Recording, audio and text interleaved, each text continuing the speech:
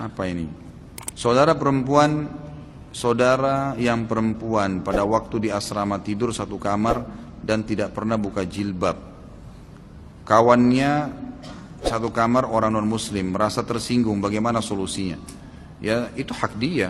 Orang non muslim mau tersinggung terserah dia tersinggung. Apa hubungannya? Kan gitu. Nggak usah pikirin apa orang bilang. Kalau anda merasa membuka jilbab takut khawatir fitnah, maka nggak usah buka. Hak kita itu. Jangankan sama dengan wanita non muslim. Wanita muslim aja kita punya hak untuk tidak memperlihatkan. Hak kita bebas itu. Kan gitu. Boleh hukumnya mubah memperlihatkan yang mubah saja. Ya itu ulama sudah pernah saya jelaskan dari pundak ke atas, leher ke atas, ya, siku ke bawah, gitu kan, dan lutut ke bawah. Ini yang boleh dilihat, sama mahram pun ini boleh dilihat, kecuali suami. Ayah hanya boleh lihat anak perempuannya yang sudah masuk dalam Sinnut tamiz, umur yang bisa membedakan jenis kelamin 10 tahun, itu yang boleh dilihat oleh si ayah. Lutut ke bawah, leher ke atas, siku ke bawah sampai ke lengan. Lebih dari ini nggak boleh, sudah nggak boleh gitu. Mesti jadi fitnah gitu kan. Sama halnya ibu-ibu juga begitu, akhwat tidak boleh lagi memperlihatkan kecuali ini kepada anak laki-lakinya. Seperti itulah. Dan sudah pernah saya jelaskan sampai ke masalah, kecuali suami istri ya, sampai masalah jenazah saja. Kalau ada laki-laki meninggal, anaknya yang perempuan tidak boleh mandikan jenazah anak ayah laki-lakinya, ayahnya dia. Anak perempuan, anak laki-laki nggak boleh mandikan jenazah ibunya. Yang boleh suami istri atau sesama jenis. Ya, karena ini memang sudah batas, nggak boleh memang, sudah nggak boleh lagi. Ini sesuai dengan sabda Nabi SAW, perintahkan anak kalian ya sholat di umur 7 tahun dan pukullah mereka di umur 10 tahun dan ini saksi bahasan, pisahkan mereka di ranjang. Kata ulama pisahkan di ranjang artinya tidak boleh lagi saling melihat, ya, tidak boleh lagi tidur bersama-sama. 10 tahun itu sudah nggak boleh. Termasuk nggak boleh tidur sama orang tuanya. Bila kita berbuat kebaikan, apakah pahala kita akan sampai kepada orang tua kita yang sudah meninggal? Dan apakah benar bila kita berbuat dosa maka dosanya pun akan terhubung dengan orang tua yang sudah meninggal? Jadi itu masalah berhubung perbuatan kita dengan orang meninggal atau tidak, tergantung apakah dia penyebab kita melakukan atau tidak. Orang tua atau bukan. Misal, orang tua memang dasarnya mengajar anaknya berbohong dari kecil. Pada saat anaknya terapkan, orang tuanya dapat dosanya. Pada saat orang tuanya ngajarin jujur atau amanah atau sholat, lalu anaknya kerjakan, dia dapat pahala. Tapi kalau orang tuanya nggak punya andil sama sekali, anaknya jadi baik, ya tidak ada hubungannya sama orang tuanya. Tidak ada andil di situ. Makanya kan sering kita tekankan dalam masalah pendidikan anak, ya usahakan anda sebagai orang tua punya andil di situ. Jangan terus andalin orang lain, didik mereka gitu kan. Ajarin doa tidur, ajarin doa bangun tidur, itu yang mesti kita lakukan. Apakah athar sujud atau bekas sujud pada kening merupakan tasyabuh dengan agama Syiah? Gak ada. Mana ada orang Syiah punya athar sujud? Itu kan terbongkar itu. Beberapa tokoh Syiah yang dahinya hitam itu ternyata pakai batu panas di kepalanya, dilengketin di dahinya batu panas. Nggak ada hubungannya dengan mereka sujud. Subhanallah. Itu asar sujud juga biar antum sholat sujud lama nggak muncul-muncul kecuali Allah mau. Itu bukan dibuat-buat emang. Nggak ada hubungannya tasyabuh dengan Syiah. Orang Syiah yang mau bertasyabuh dengan kita, yang mau mengikuti ahli sunnah, ya karena ulamanya rata-rata ahli sunnah itu sudah berasar sujud karena mereka sudah paham. Maka mereka juga ikut-ikutan. Salah satu ulama Syiah sekarang yang paling ditokohkan itu yang dahinya hitam sekali. Antum kalau dengar ceramahnya antum ketawa, subhanallah. Nggak ada isinya ceramahnya, sampai dipermalukan di Irak. Bisa bagaimana dahinya bisa hitam betul. Dibongkar oleh orang awam, salah satu pembawa acara di TV Iran mengatakan orang-orang ini ternyata meletakkan batu panas ya di lantai yang mereka biasa pakai sujud, lalu sengaja dipanasin dan mereka sujud dengan waktu tertentu untuk supaya menarik orang, menarik audiens. Karena itu punya daya nilai sendiri. Na'udzubillah ya.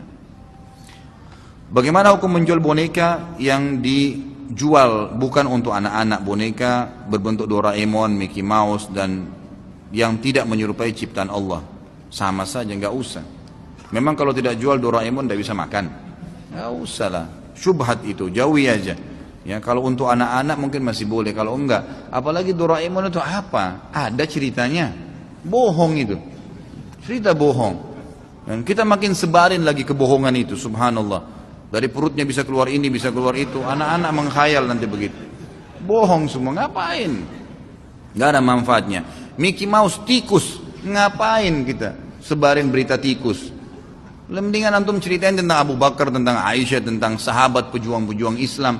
Daripada Mickey Mouse apa segala, nggak ada manfaatnya sama sekali. Itu Batman, Spiderman semua khayalan, ada orangnya mana? Nggak ada. Bohong semua, dibuat mengkhayalan, tidak masuk di akal gitu. Itu permainan orang-orang Yahudi semua. Tinggalin itu, nggak ada gunanya. Jual yang halal akhi, banyak sekali ya Allah, pintu rezeki banyak, buka yang halal. Bagaimana dalil mengenai laki-laki tidak diperbolehkan memakai celana ketat? Ana hanya mendapatkan dalil hukumnya isbal. Celana ketat itu pakaian ketat masuk dalam hukum dilarangnya menutup memperlihatkan aurat, gitu kan? Dan juga masuk dalam firman Allah SWT masalah menggunakan libasut taqwa. Wa libasut taqwa dzalika khair. Libasut taqwa, pakaian taqwa adalah pakaian yang lebar tidak membentuk aurat. Karena memperlihatkan aurat di sini tidak harus telanjang bulat, tapi membentuk aurat itu, memperlihatkan bentuk tubuh itu sudah memperlihatkan aurat namanya, gitu kan? Makanya dilarang kalau memakai libasut taqwa harus lebar, seperti itulah, gitu kan? Hukum barang yang tertukar, contohnya sendal pada saat sholat hanya tersisa satu pasang saja dan tidak ada lagi. Ya, bagaimana? Tinggalin, masa antum mau pakai satu saja? Ada-ada saja yang bertanya, masya Allah. Siapa saja yang boleh bersentuhan antara laki-laki dan perempuan? Semua yang tidak boleh anda nikahi atau yang sudah terlanjur jadi istri ya. Apakah doa setelah sholat duha saat ini dalilnya lemah? Doa setelah sholat duha saat ini dalilnya lemah karena beberapa yang saya baca katanya doa Allahumma inna duhauka itu dalilnya lemah. Jadi seharusnya baca apa setelah sholat duha? Hadisnya lemah sekali itu. Karena dalam perawinya, dalam sanadnya itu ada pembohong ya. Dan ulama mengatakan tidak ada doa khusus dari Nabi SAW pada saat selesai duha. Anda tanya doa apa ya? Doa apa saja. Dan jangan khususkan doa setelah duha ya. Tidak pernah ada dalil Nabi SAW mengkhususkan doa setelah duha. Tapi kalau anda punya hajat boleh disampaikan pada saat itu. Dan tidak ada doa khusus. Ayah sakit stroke dan anak wanita kandung harus memandikan setiap pagi dan sore. Apa hukumnya Ustaz? Sedangkan tidak boleh seorang anak kandung menggunakan celana pendek di depan anaknya yang balik. Dan diharamkan anak wanita mandikan jenazah ayah kandungnya. Kalau seandainya tidak ada yang lain mengurusnya, masuk dalam bab daruriyat. Daruriyat memang itu tidak ada masalah, gitu kan? Seperti hukumnya kalau seorang wanita, pernah saya kasih contoh, mau berobat, mau melahirkan, tidak ada dokter perempuan, harus dokter laki-laki, bolehkah? Bukan hanya sekedar memandikan, memang mengeluarkan bayi dari kemaluan perempuan itu. Ulama mengatakan boleh. Sebagaimana juga Nabi SAW menggunakan tenaga beberapa sahabiat mengobati laki-laki satu sahabat yang sedang luka di medan perang. Kalau dalam pengobatan berbeda, gitu kan? Ini kan termasuk perawatan, pengobatan. Kalau nggak ada, kalau ada orang lain, alhamdulillah. Anda punya rezeki, cari seorang laki-laki yang baik, yang soleh, bayar dia, gitu kan? Bayar dia, kemudian insya Allah ya, disuruh urus, itu bisa. Calon TKI harus menghubungi siapa? Mohon nomor telepon. Ini maksudnya mungkin yang kemarin ya. Oh, yang saya iklanin kemarin yang kalau mau kerja tukang besi dan tukang kayu ya. Silakan hubungi ke HP saya, gitu kan? Nanti insya Allah setelah hubungin saya insya Allah nanti saya akan hubungkan setelah saya data beberapa orang ikhwah, saya ambil data-datanya, nanti saya akan bawa ketemu dengan sepupu ayah saya langsung.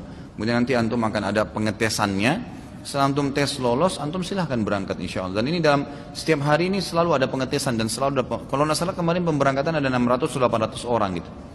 Silahkan hubungi saya ikhwah, kalau memang antum belum punya nomornya 08787 807 1504. Nggak ada siaran ulang ya, sudah cukup. Menindaklanjuti penawaran Ustadz, ini sama. Syarat-syarat apa saja? Apa yang harus ditanggung oleh calon TKI? Bagaimana kalau calon TKI tersebut tidak memiliki dana? Menghubungi siapa? Ya, kenapa Ustadz semua yang ditanya masalah ini? Ya, setahu saya Allah alam tidak ada, dia harus punya keterampilan saja, tidak dibutuhkan ijazah, gitu kan? Setahu saya juga beliau belum menyampaikan ke saya batas umur, ya. Tapi yang jelas punya kemahiran di besi yang kalau saya lihat tesnya, kemarin sempat saya ajak teman-teman Wisol untuk ke tempat pelatihannya di daerah Cibubur. Itu memang bagaimana mengikat besi dengan besi, gitu kan? Kemudian membuat kayu pun itu bukan membuat furnis, ya, bukan furnitur yang dibuat, ya, bukan sebuah kursi, enggak, tapi membuat kayu untuk mengatur sebuah dinding semen. Hanya begitu saja yang saya lihat tesnya dari orang-orang Timur Tengah yang datang kemarin. Dan banyak sekali ya dari kaum muslimin yang berhasil ke sana, nggak ada masalah. Tapi kalau bagi saya sih sebenarnya saya berani iklanin di pengajian ini karena saya tahu sumbernya itu dari sepupu ayah saya sendiri dan kemudian orangnya terpercaya di keluarga kami ya. Kemudian juga ini karena Masjid Haram. Kalau kerja di Saudi secara umum saya nggak repot-repot ngurus gitu. Tapi karena antum bisa sholat 5 waktu di Masjid Haram, azan antum pasti berhenti tinggal sholat saja. Karena pasti berhenti. Antum dilarang bekerja kalau lagi azan gitu kan.